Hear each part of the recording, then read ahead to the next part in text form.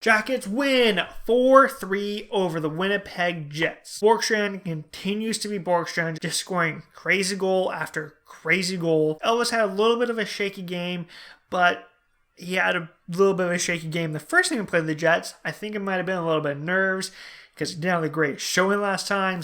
But as the game went on, he started to calm down a little bit and made some pretty big saves in this game. But the Jackets head into the All-Star break, pick up another win. Now we are partway through the All-Star break. It's been a little while since I've done a video, but I've been looking up some stuff and pinning together a video.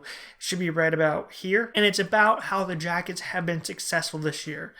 So I recommend taking a look at it after this video, or now and come back to this one. Either way. And while I thought Elvis had a shaky night, the goals he did give up, I'm like, that's not really his fault. First goal was a bunch of weird bounces. The second goal, it was a weird tip out high. And the third goal, it was a power play goal off a penalty that, based on the game, shouldn't have been called.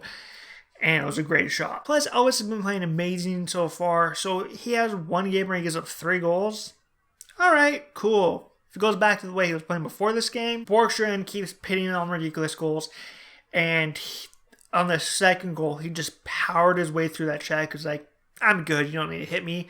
And just went towards the net. And I think a line with Borkstrand on one side, PLD in the middle, and Benstrom on the left. And Benstrom learned how to play like those two, where they just go through checks and no matter what happens, if they go through a player with the puck, it's a great line of the future. But starting off first period, Jackets come out. The Jets played the night before, so the Jackets know they got to get out there and attack. So they get out there and they're attacking and putting some shots on Brossoit, but he's making the saves. And the Jets are doing a pretty good job keeping them to the outside. They're good shots, but they're not great shots that are going to go in. About 5 minutes in, the Winnipeg Jets are in the offensive zone, but Gerby gets the puck and he goes to clear out of the zone. Gerby bounces off the glass and it hits the stanchion, takes a weird bounce, and the Jets end up recovering the puck. Speeds has the puck, he enters the zone, and he drops the puck off to Perreault. Perreault throws it at the net as Spiza goes by, hits Harrington, goes right to Appleton, and he hits in the back of the empty net. Elvis didn't have time to react to make the save, and the Jets lead 1-0. But after that, about a minute later, the Jackets are in offensive zone. They're applying some pressure. They're moving the puck around really well. Foligno picks up the puck. He starts to head up. Zach's like, hey, I've been scoring a lot lately. Give me the puck. But Foligno's like, nah, I'm going to go to the All-Star. Goes past Zach, drops off, Seth Jones goes by, picks up the puck. It's a little switcheroo, and it throws off the Jets' defense. Jones picks up the puck and just powers his way towards the net, puts it short side past Brossoit, and the Jackets tie up at 1. Jones' 5th goal of the year. It was a good little follow-up shift after giving up a goal. Good little interchange between Foligno and Jones. Jones just used his speed, caught the Jets defenders off guard, and just powered his way through the net. After that, it calms down a little bit, and the Jets start to push a little bit more. But coming near the end of the period, Jets are in the offense zone, moving the puck around really well. They get to the point to Spiza. Spiza gets over to Bonetto. Bonetto just throws at the net. Kyle Connor's in front of the net. He tries to tip it. It's the tip of his thumb, and it beats Elvis, and the Jets lead 2-1. It was a good little sustained pressure by the Jets in the offensive zone, and it's a bounce off of Connor's glove. Elvis was tracking it the entire way. If it doesn't touch Connor, Elvis makes the easy save. But Connor's right there. Great tip by him. And the Jets are leading. And they would carry that lead into the first intermission. Come up for the second period. About a minute in, there's a face-off in the offensive zone. Jackets don't win the face-off, but they do get to work right away. 4-line of PLD, Borkstrand, and Foligno force a turnover. And Borkstrand goes behind the net. Is ready for a pass to do something. But they don't really control it, and PLD starts to chase down Kopp, the defender for the Jets. Borkstrand just floats his way out front. PLD's right there pressuring, forces the turnover, gets it to Borkstrand, and Borkstrand has about half a second to decide what he's going to do because Kopp is coming right towards him. So Borkstrand decides, I'm going to PLD behind the net. Goes bound to PLD, walks around Kopp. PLD pops it back up to Borkstrand. Borkstrand heals it beats Brossoit, and the Jackets tie it up at 2, and Borkstrand ties the team lead with 15 goals. That was a quick little interchange between PLD and Borkstrand. Borgstrand's able to get around the defender coming at him. It opened up Francois enough because he was changing his angle to go towards PLD to cover him.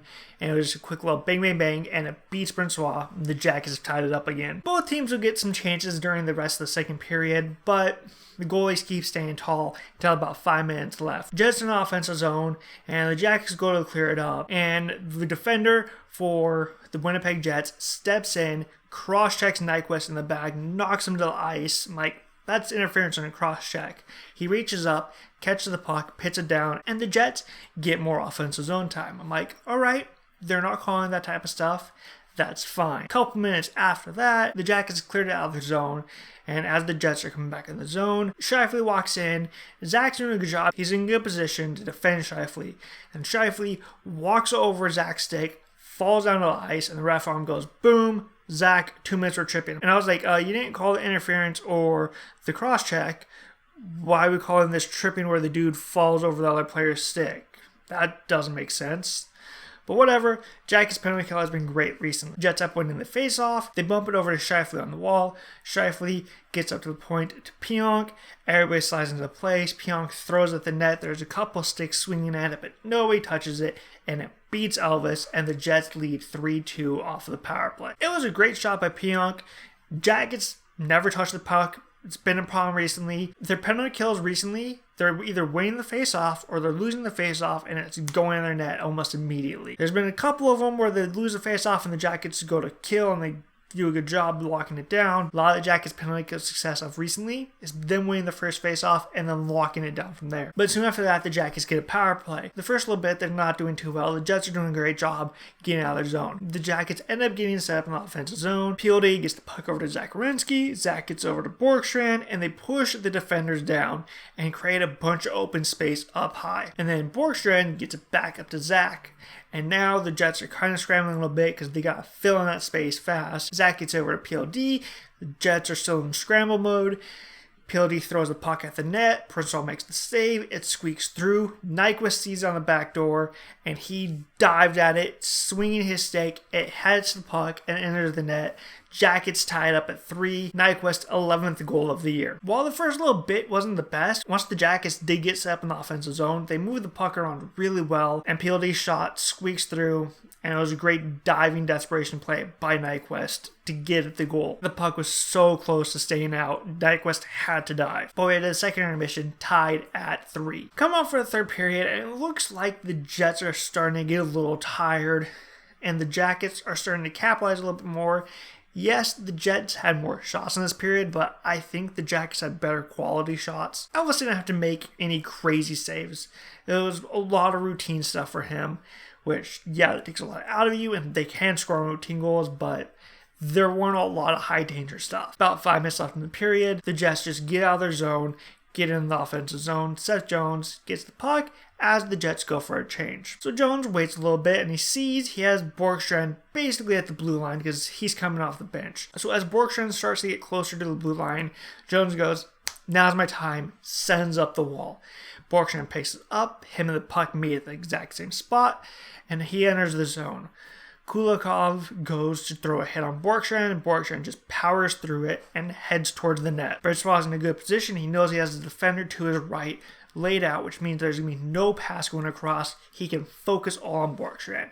He takes away as much space as he can, except for the little bitty hole right above his left shoulder. And Borgstrand just flicks the wrist, it beats him over the shoulder, and the Jackets lead 4-3. Borgstrand's team leading 16th goal of the year. And you can tell when that beat him, he's like, how did that beat me? He did not know how that went in. It was the smallest little gap, and Borgstrand found it and sniped it home. After that, the Jackets went into lockdown mode, and they would keep the Jets outside. The Jets would push, try and force overtime, but the Jackets did a great job hanging on and pick up the 4-3 victory. I like the Jets a lot, and I think if they can figure out their defense, because it's been battered from this offseason. They lost Tyler Myers, they lost Jacob Trouba, they lost Bufflin, and that's just their right side, so it's been beaten around. They've had some injuries on the back end, and so they're trying to outscore their problems. It's just not working every night, and if they can fix their defense problem, get a couple of shutdown guys, maybe a little bit more defensively minded from their forwards, I think they'll be fine. They just can't outscore their problems right now, and it's killing them. It's sad to see. But now the Jackets head into the All-Star break and then the bye week, and they're going to enjoy their time off. Elvis hopefully can recharge because they're going to need him for a little bit until Corpy comes back. Then hopefully Torch can go more of a 1 and 2 rather than just ride a goalie. But that'll be it for this one. Click like and subscribe, all that fun stuff. And until next time, after the bye week and the Jackets play the Buffalo Sabres, I will see you later.